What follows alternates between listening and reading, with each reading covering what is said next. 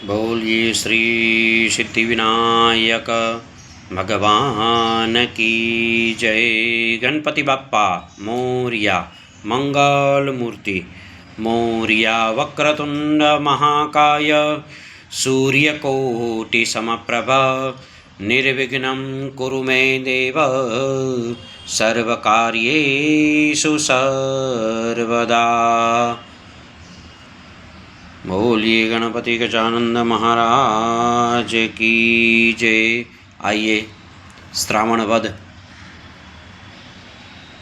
गणेश चतुर्थी की व्रत कथा। श्रावण कृष्ण पक्ष की गणेश चतुर्थी व्रत कथा। भगवान आदि ऋषिगण पूछते हैं कि हे स्कंद कुमार, दरिद्रता, शोक, कुष्ठ आदि से विकलांग शत्रुओं से संतप्त राज्य से निष्कासित राजा, सदैव दुखी रहने वाले, धनहीन, समस्त उपद्रव से पीड़ित, विद्याहीन, संतानहीन, घर से निष्कासित लोगों, रोगियों एवं अपने कल्याण की कामना करने वाले लोगों को क्या उपाय करना चाहिए जिससे उनका कल्याण हो और उनके उपरोक्त कष्टों का निवारण हो। यदि आप कोई उपाय जानते हो तो उसे आप बतलाइए। स्वामी कार्तिकेय जी ने कहा है कि ऋषियों, आपने जो प्रश्न किया है उसके निवारणार्थ में आप लोगों को एक शुभदायक व्रत बतलाता हूँ, उसे सुनिए। इस व्रत के करने से पृथ्वी के समस्त प्राणी सभी संकटों से मुक्त हो जाते हैं। यह व्रत महापुण्यकारी एवं मानवों को सभी कार्यों में सफलता प्रदान करने वाला है। विशेषतया यदि इस व्रत को महिलाएं करें तो उन्हें संतान एवं सौभाग्य की वृद्धि होती है। इस व्रत को धर्मराज युधिष्ठिर ने किया था। पूर्व काल में राज्यच्युत होकर अपने भाइयों के साथ जब धर्मराज वन में चले गए थे तो उस वनवास काल में भगवान श्री कृष्ण ने कहा था, युधिष्ठिर ने भगवान कृष्ण से अपने कष्टों के शमनार्थ जो प्रश्न किया था उस कथा को आप श्रवण कीजिए। युधिष्ठिर पूछते हैं कि हे पुरुषोत्तम, ऐसा कौन सा उपाय है जिससे हम वर्तमान संकटों से मुक्त हो सके। हे गदाधर, आप सर्वज्ञ हैं, आप लोगों को आगे अब किसी प्रकार का कष्ट न भुगतना पड़े ऐसा उपाय बतलाइए। स्कंद कुमार जी कहते हैं कि जब धैर्यवान युधिष्ठिर विनम्र भाव से हाथ जोड़कर बारंबार अपने कष्टों के निवारण का उपाय पूछने लगे तो भगवान ऋषिकेश ने कहा, श्री कृष्ण जी ने कहा कि हे राजन, संपूर्ण कामनाओं को पूर्ण करने वाला एक बहुत बड़ा गुप्त व्रत है।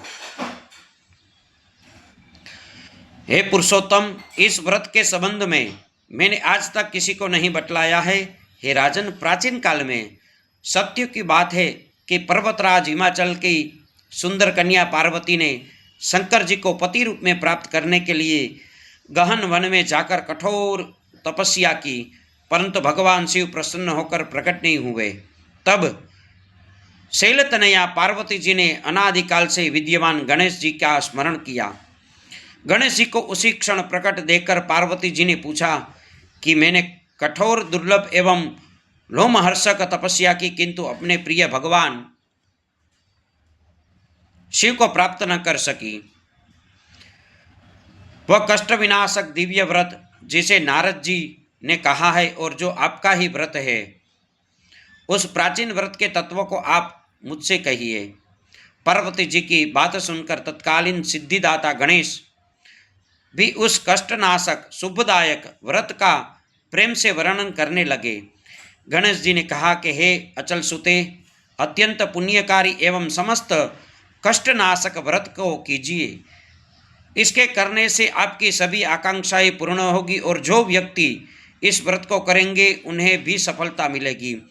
हे देवादिदेव की देवेश्वरी, श्रावण की कृष्ण चतुर्थी की रात्रि में चंद्रोदय होने पर पूजन करना चाहिए। उस दिन प्रातः कृत्यों से निपटकर मन में संकल्प करे कि जब तक चंद्रोदय नहीं होगा मैं निराहार रहूंगी।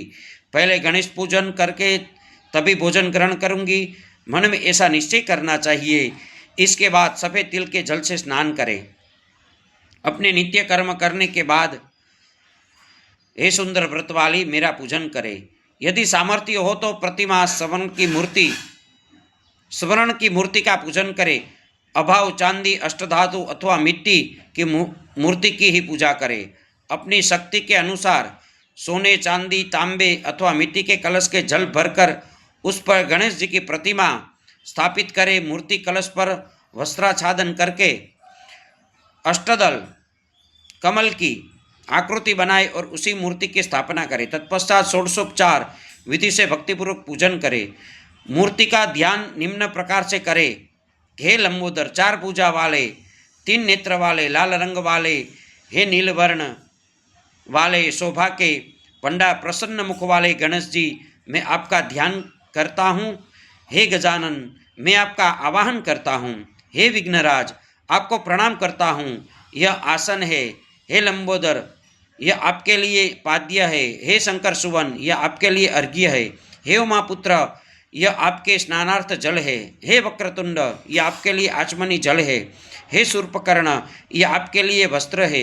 हे कुब्ज, यह आपके लिए यज्ञोपवीत है। हे गणेश्वर, यह आपके लिए रोली चंदन है। हे विघ्ननाशन, यह आपके लिए फूल है। हे विकट, यह आपके लिए धूपबत्ती है। हे वामन, यह आपके लिए दीपक है। हे सर्वदेव, यह आपके लिए लड्डू का नैवेद्य है। हे सर्वार्तिनाशन देव, यह आपके निमित्त फल है। हे विघ्नहर्ता, यह आपके निमित्त मेरा प्रणाम है। प्रणाम करने के बाद क्षमा प्रार्थना करें। इस प्रकार 1650 रीति से पूजन करके नाना प्रकार के भक्ष्य पदार्थों को बनाकर भगवान को भोग लगाए। हे देवी, शुद्ध देसी घी में 15 लड्डू बनाए। सर्वप्रथम भगवान को लड्डू अर्पित करके इसमें से 5 ब्राह्मण को दे दे। अपनी सामर्थ्य के अनुसार दक्षिणा देकर चंद्रोदय होने पर भक्ति भाव से अर्घ्य देवे। तदंतर 5 लड्डू का स्वयं भोजन करे। फिर हे देवी, तुम सब तिथियों में सर्वोत्तम हो, गणेश जी की परम प्रियतमा हो। हे चतुर्थी, हमारे द्वारा प्रदत्त अर्घ्यों को ग्रहण करो, तुम्हें प्रणाम है। निम्न प्रकार से चंद्रमा को अर्घ्य प्रदान करे। क्षीर सागर से उत्पन्न है, लक्ष्मी के भाई है। विनाश कर रोहिणी सहित हे शशि, मेरे दिए हुए अर्घ्य को ग्रहण संपूर्ण इच्छाओं को पूर्ण करने वाले हैं, आपको प्रणाम है। हे समस्त विघ्नों के नाशक, आप मेरी अभिलाषाओं को पूर्ण करें। तत्पश्चात ब्राह्मण की प्रार्थना करें। हे द्विजराज, आपको नमस्कार है। आप साक्षात देव स्वरूप गणेश जी की प्रसन्नता के लिए हम आपको लड्डू समर्पित कर रहे हैं। आप हम दोनों का उद्धार करने के लिए दक्षिणा